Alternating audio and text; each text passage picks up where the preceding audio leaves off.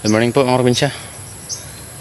Dito naman po tayo sa aking banglid tray mga probinsya. Ito na yung update ng ating saging or status natin saging dito. Medyo mapayat-payat na sila kasi busy tayo sa pagtatanim sa mga dalawang area natin mga probinsya. Kaya nag-grass cutter lang tayo dito sa gitna. Dito sa hallway niya. Hinayaan natin kasi medyo magasto rin sa gasolina mga probinsya. Yan o. Yan, may bunga pa doon isa. Tapos natin to nag-grass cutter yung mga linya ng mga probinsya dito. Ayan. Dito sa gitna sa hallway. Hinayaan natin ito yung mga damo mga probinsya. Kasi hindi naman aabot ito sa saging natin. Yan ang aking mga diskarte dito mga probinsya. Kung hindi pala nakasubscribe sa aking channel mga probinsya, please like, share, and subscribe. At pindutin nyo rin yung notification bell para update ito sa mga upload ko. Salamat po. Marami na po tayong na-harvest dito mga probinsya. Halo na ito, hindi kasi hindi naman lahat sabay-sabay sa pagtanim. May mga second generation, third generation, saka fourth generation mga probinsya. Parang fruit salad na char. Ito, natiba natin. Lahat ng tumutubo nito mga probinsya ay mga halo-halo na nga sabi ko. May third, second at saka fourth generation mga probinsya.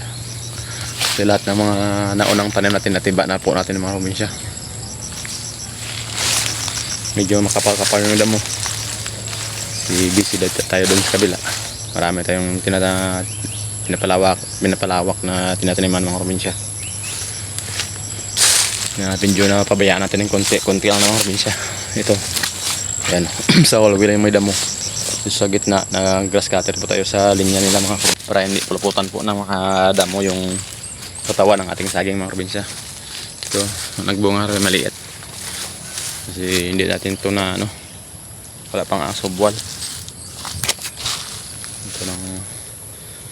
Pero masaya po tayo yung isa kasi kahit na ganon marami na tayo na harvest at nakagbinta dito mga probinsya. Hindi natin mabilang sa ating kamay mga probinsya yung na-harvest natin ito at saka na binta natin. Sipagan mo natin mga probinsya para makapera tayo at saka may sa income tayo mga probinsya kahit konti-konti lang. Tapos naipon din yung mga probinsya. Medyo payat na sila. Hindi issue na ayan na parang pink. Kasi ang sa pagkakaalam ng probinsya pang tundal pag mahina yung bigay mo ng abono kulay pink siya pala. Pero kapag maganda yung bigay ng mga pataba kulay green na green po siya mga probinsya sa base po sa aking inspiration dito. Pero may talagang kulay na mga probinsya pink na natundan.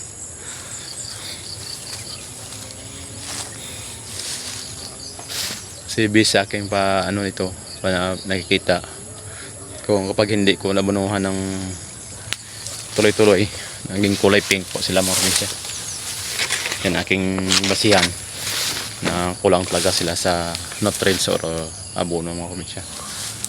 Pero malaki rin pala yung bunga nila mga probinsya. Yun isa, dalawa, tatlo, anim, walo. Nasa 8 piling pa mga probinsya. Kahit na mga second generation na to. Yan ang laki ng marami na. Isa, dalawa, tatlo, 8 rin piling. Makaabutin pa ng siyam yan mga probinsya.